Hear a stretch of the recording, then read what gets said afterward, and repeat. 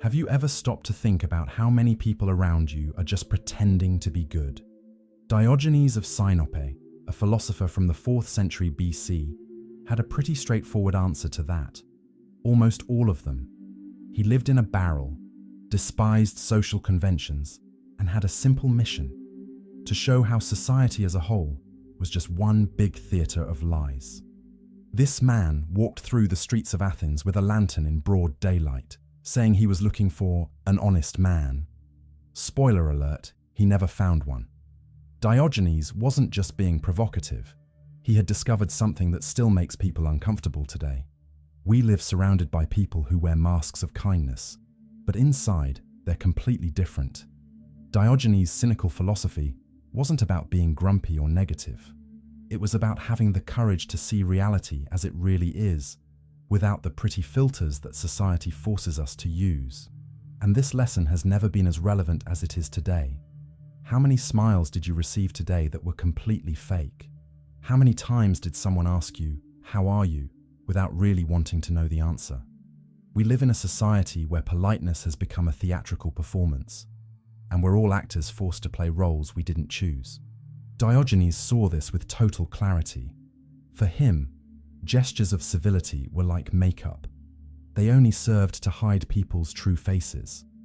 When someone compliments you at work, are they being sincere or just following a social script? When a neighbor greets you with that big smile, are they showing real affection or just fulfilling a social obligation? The Greek philosopher had his own method for testing people's honesty. He would break all the etiquette rules on purpose. He'd eat on the street, sleep anywhere, say exactly what he thought. And you know what happened? People showed who they really were behind their polite masks. They got furious, uncomfortable, aggressive. Of course, not all politeness is fake. Some gestures of civility really do make coexistence easier and demonstrate genuine respect. But Diogenes teaches us to tell them apart. Real kindness doesn't disappear when nobody's watching, doesn't change based on convenience, doesn't need an audience to exist. Today, there's a new form of morality that Diogenes would certainly question.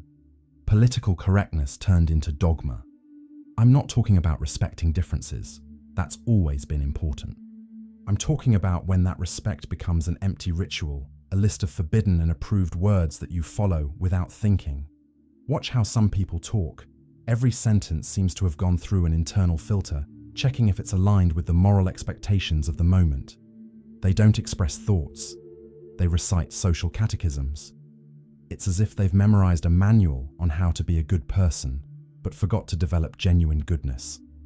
Diogenes would say that this obsession with not offending is a sophisticated form of intellectual cowardice. When you're so afraid of thinking wrong, you stop thinking altogether. You prefer to repeat ready-made truths rather than discover your own convictions. And here's the paradox: a generation that constantly talks about authenticity, but lives following pre-approved scripts. The most ironic thing is that this new moral orthodoxy has created its own fundamentalists. People who monitor every word others say, ready to punish any deviation from accepted doctrine. But does this constant surveillance produce better people, or just more cautious people who've learned to hide their prejudices behind clean language? If you've ever felt bad about helping someone without photographing the moment, welcome to the 21st century. We live in an era where any act of kindness that isn't documented almost doesn't count as real kindness.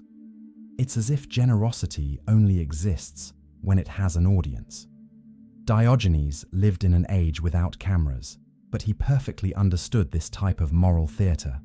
For him, true generosity was almost invisible, not because it was hidden, but because it didn't need to announce itself. When you do good to feel good about yourself, not to be seen as a good person, the motivation is completely different. Social media has created a strange economy of virtue. Every good deed can generate likes. Every cause embraced can earn followers. And this has contaminated even genuinely generous impulses. Now, many people choose their causes not for the real impact they can have, but for how much they'll improve their public image. But here's an interesting thought. Maybe some of these digital altruists really do transform in the process. Maybe starting with vanity, some end up developing real compassion. The question is it worth the risk of turning charity into performance?